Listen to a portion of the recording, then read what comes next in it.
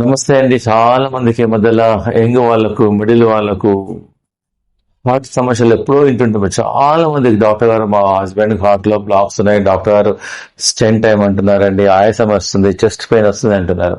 మేము మా wellness centre లో చాలా పేషెంట్స్ కి మేము రీసెర్చ్ చేసాము. న్యాచురల్ పద్ధతిలో హార్ట్ లో బ్లాక్ క్లియర్ కావడానికి, కొలెస్ట్రాల్ తక్కువ అవ్వడానికి, ట్రైగ్లిజరైడ్స్ తక్కువడానికి, బీపీ తక్కువ అవడానికి మేము ఒక 3 జ్యూసెస్ చెప్తున్నామండి. ఒక వారం ఏమో సొరకాయ జ్యూస్ తాగాలి, ఒక వారం ఏమో కుకుంబర్ కీరా జ్యూస్ తాగాలి, ఒక వారమేమో బూర్తి గుమ్మడికాయ జ్యూస్. ఇది రామబాణం లాగా పనిచేస్తుంది.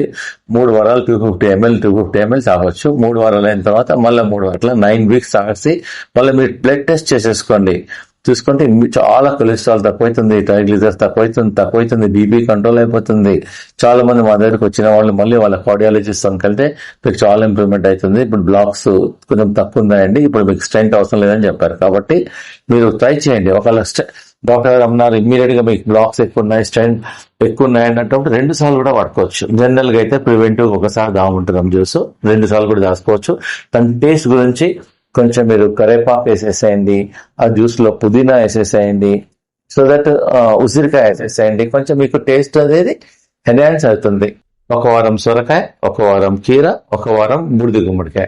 మీ ఇంట్లో ఏదన్నా స్టార్ట్ చేసుకో, దీంతోనే స్టార్ట్ చేయాల్సిన అవసరం లేదు. మీకు ఏది వీలున్నా స్టార్ట్ చేసేసేయండి. మీకు రిజల్ట్ ఇమ్మీడియట్ గా తెలుస్తుంది. 9 weeks తర్వాత మళ్ళీ బ్లడ్ టెస్ట్ చేసేసేయండి, మీకు తెలుస్తుందండి. Thank you.